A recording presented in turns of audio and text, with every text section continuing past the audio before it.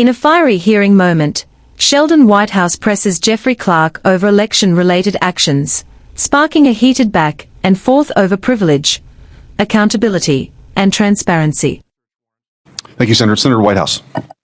Thanks very much. Mr. Clark, are you aware that the FBI executed a search warrant with respect to the Fulton County election records and seized a considerable number of records?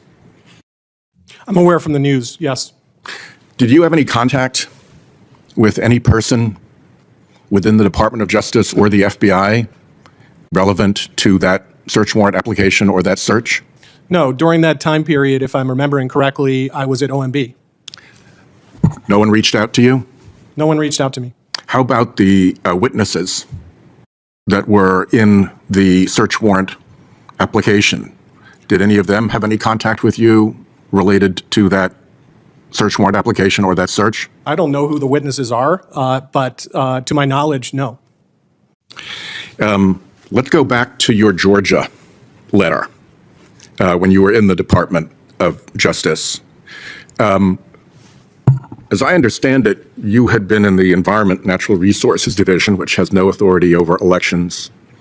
You had been acting chief of the Civil Division as people cleared out at the end of the Trump administration, again with no role in elections. Incorrect. And as best I can tell, you had no prior experience in elections law. Is that correct? Also incorrect. So both things are incorrect. I ran the two divisions, the Environment Division and the Civil Division, total of 1,400 lawyers simultaneously. And the Civil Division did have several election cases. There are two major sets of them. One were you directly involved in any of those cases? Yes. There's one in particular I will tell you about, which Well, that's okay. I'm asking the questions here, so let me continue. When you wrote that letter, who in the Civil Division did you contact with respect to its contents? That is something that would be law enforcement privileged inside the Justice Department. No, it's not. It absolutely is, Senator. What lawyers I consulted and what they said and what I said to them, all of that is something No, what lawyers you consulted, maybe what you said, but certainly what lawyers you consulted. I'm entitled to know if you bothered to consult a single lawyer in the Civil Rights Division before you did that. But I'll turn to a different question. Who from outside the Civil Rights Division or outside of the Department of Justice gave you advice about that letter?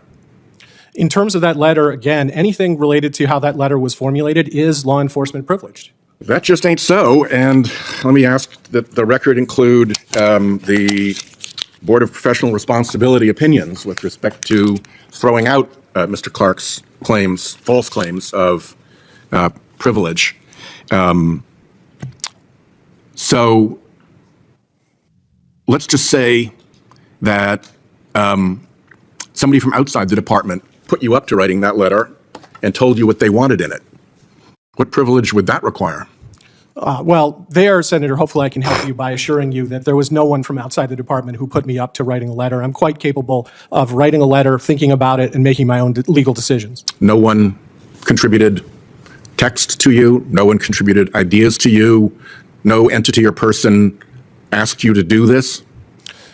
Again, these kinds of things would be part of privilege. No, they wouldn't. You're just wrong about that. Well, you can say that, Senator, but I disagree with you. And I know, but you've asserted privileges before, and you've been wrong. You assert privilege willy-nilly with no real basis for it. So, by the way, it's not even conceded that those privileges matter in Congress. In fact, Chairman Grassley has repeatedly said that there are a number of privileges, and I think many of us agree with him, that simply don't pertain to congressional investigations because of the separation of powers. So what we're asking about here is whether you were put up to this by outside entities, whether those outside entities helped get you the meeting in the Oval Office with Representative Perry, who was behind that, and who was behind finding you a dark money-funded landing pad once the Department of Justice tenure was over and you were picked up by a dark money-funded advocacy group. Those are legitimate questions. I intend to pursue them. My time has expired.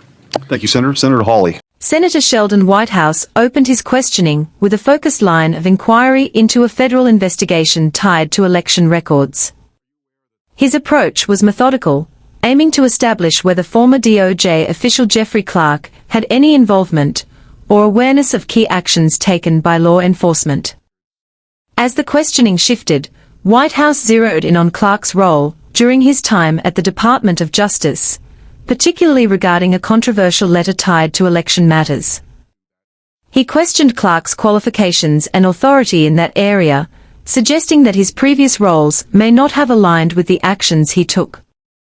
Clark pushed back, defending his experience and asserting that he had relevant legal exposure through his leadership roles.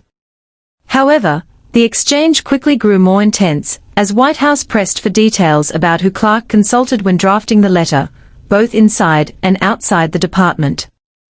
A major point of contention became Clark's repeated invocation of privilege to avoid answering certain questions. Whitehouse challenged this directly, arguing that such claims were overly broad and not applicable in the context of congressional oversight. This disagreement highlighted an ongoing tension between executive confidentiality and legislative inquiry. By the end of the exchange, Whitehouse broadened the scope of his concerns, raising questions about potential outside influence and post-government affiliations. While many of those questions remained unanswered, the confrontation underscored deeper issues about transparency, accountability, and the limits of legal privilege in high-stakes political investigations.